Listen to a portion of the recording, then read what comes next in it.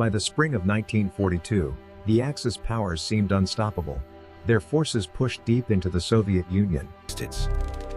As the summer of 1943 began, the German High Command launched Unternehmen Zitadelle, a By the summer of 1943, the Eastern Front had become a meat grinder. The next offensive would determine the fate of Army Group South, a continent divided by old rivalries and new ambitions. The stage was set for the greatest conflict the world had ever known.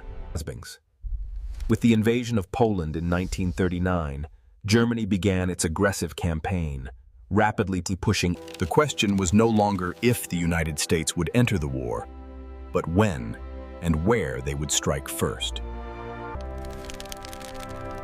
By late 1941, the United States recognized the unavoidable truth: the defense of the Atlantic. As 1941 drew to a close, the United States initiated its first major operations in the Atlantic. By the spring of 1943, the situation in Central Europe had reached a critical turning point. Control of the Atlantic was paramount. These convoys, carrying food and munitions, were the strategic key to Britain's survival. The year is 1941. American supply lines stretch across the Atlantic, bringing much-needed support. As 1941 drew to a close, American involvement intensified. Convoys carrying vital supplies and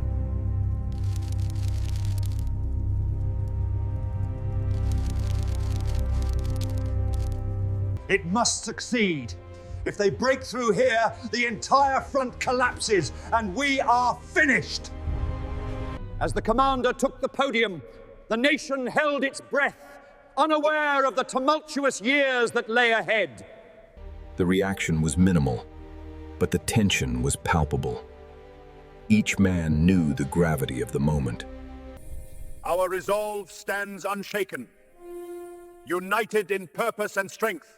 In this moment, the weight of his vision and the burden of his resolve converge as he addresses those sworn to his cause. The industrial capacity in Sector Gamma is now fully operational, increasing our weekly output to nearly 10,000 units.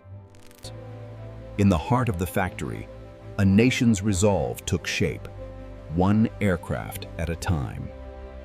In the heart of this great shipyard, we answer the call, building the vessels that secure our future. In 1942, this factory produced an astonishing 5 aircraft wings every single day. A global production capacity has mobilized. Supplies flow from the heartland factories to the forward airfields and shipyards. Decades of progress begin here, meticulously mapped out for the next generation of industrial expansion. The contrast between Allied and Axis production capabilities would ultimately decide the conflict. From the heartland to the coasts, the nation's industry rallied, supplying the war effort across both oceans.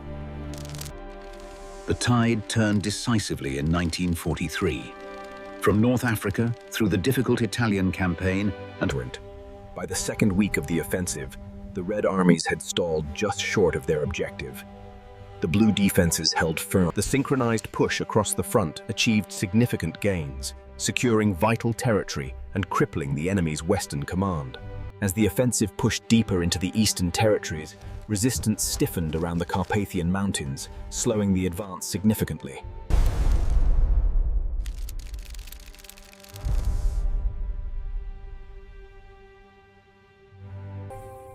This marked the turning point of the war, as the front lines shifted decisively eastward.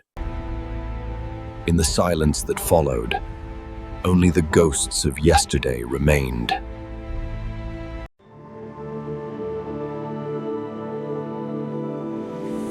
Here lies the remnants of the once mighty German war machine, now crumbled and defeated on this forsaken battlefield.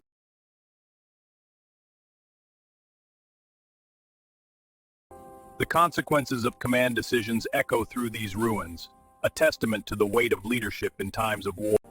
And so, the echoes of history conclude in silence, leaving behind the remnants of what once was.